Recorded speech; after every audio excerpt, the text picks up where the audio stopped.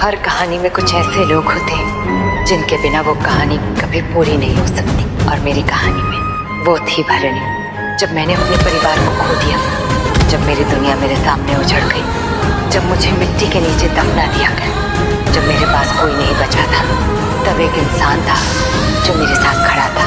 भरणी ना वो मेरी बहन थी, ना मेरा खून, लेकिन कई रिश्ते खून से नहीं, दिल से बनते। और भरणी मेरे लिए वही रिश्ता थी। मैंने उसे पहली बार नागलोक में देखा था। उत्तरा माँ की सबसे विश्वास पात्र शिष्य, एक ऐसी नागिन जो शायद सबसे शक्तिशाली नहीं थी, लेकिन सबसे सच्ची जरूर थी। उत्तरा माँ उसे सब कुछ सिखाती थी, नागलोक का हर नियम, हर रहस्य, हर कर्तव्य। और शायद इसी वजह से जब भी मुझे किसी उत्तर की जरूरत होती, भरणी मेरे साथ होती। जब भी मैं किसी संकट में होती, भरणी मेरे साथ होती। जब भी मुझे सहारे की जरूरत होती, भरणी मेरे साथ होती। ऐसा नहीं हो सकता महादेव! और यही उसकी सबसे बड़ी पहचान थी, वो हमेशा साथ होती थी। मैंने अपनी जिंदगी में बहुत लोगों को बदलते देखा, बहुत लोगों को लालच में पड़ते देखा, बहुत लोगों को शक्ति के लिए रिश्ते तोड़ते देखा, लेकिन भरणी वो कभी नहीं बदली। उसने कभी अपने धर्म से समझौता नहीं किया, कभी अपने वचन से पीछे नहीं हटी, और कभी मेरा साथ नहीं छोड़ा। उत्तरा माँ ने अपने अंतिम क्षणों में उससे कहा था, भरणी, नागरानी को कुछ नहीं होना चाहिए। और शायद उसी दिन उसने अपना पूरा जीवन उसे एक वचन को समर्पित कर दिया। मैंने उसे अपने लिए लड़ते देखा। नगीना नहीं, नागिन! वो जिंदा है, वो लौटेगी और महाकाल की तरह तेरा काल बनकर आएगी। अपने लिए खतरे उठाते देखा, अपने लिए गलत समझे जाते देखा, लेकिन मैंने उसे कभी शिकायत करते नहीं देखा।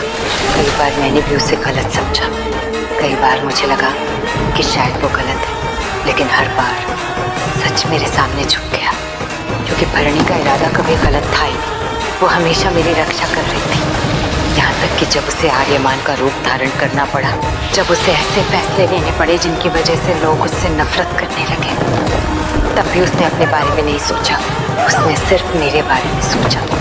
और शायद यही सच्ची निष्ठा होती है, अपने सम्मान से ज्यादा दूसरे की सुरक्षा को महत्व देना। लेकिन भरणी सिर्फ एक रक्षक नहीं थी, उसका भी एक दिल था, उसकी भी अपनी खुशियां थी, उसकी भी अपनी कहानी थी, और उस कहानी का नाम था प्रथम।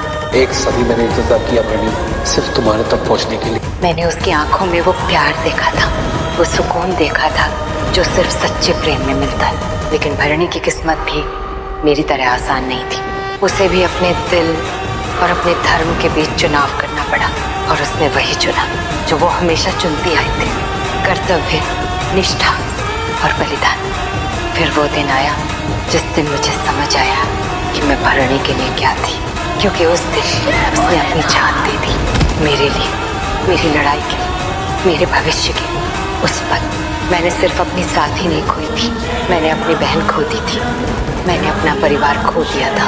लेकिन मरने के बाद भी भरणी नहीं बदली। उसके अंतिम शब्द, कोई भूल चूक हुई हो तो माफ कर देना।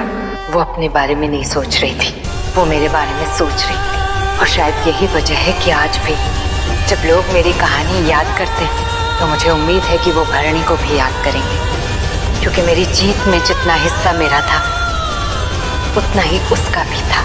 अगर मैंने अपना धर्म निभाया तो उसने अपनी निष्ठा निभाई, अगर मैंने युद्ध लड़ा तो उसने हर युद्ध में मेरा साथ दिया। अगर मैं नागरानी थी तो वो मेरी सबसे बड़ी शक्ति थी।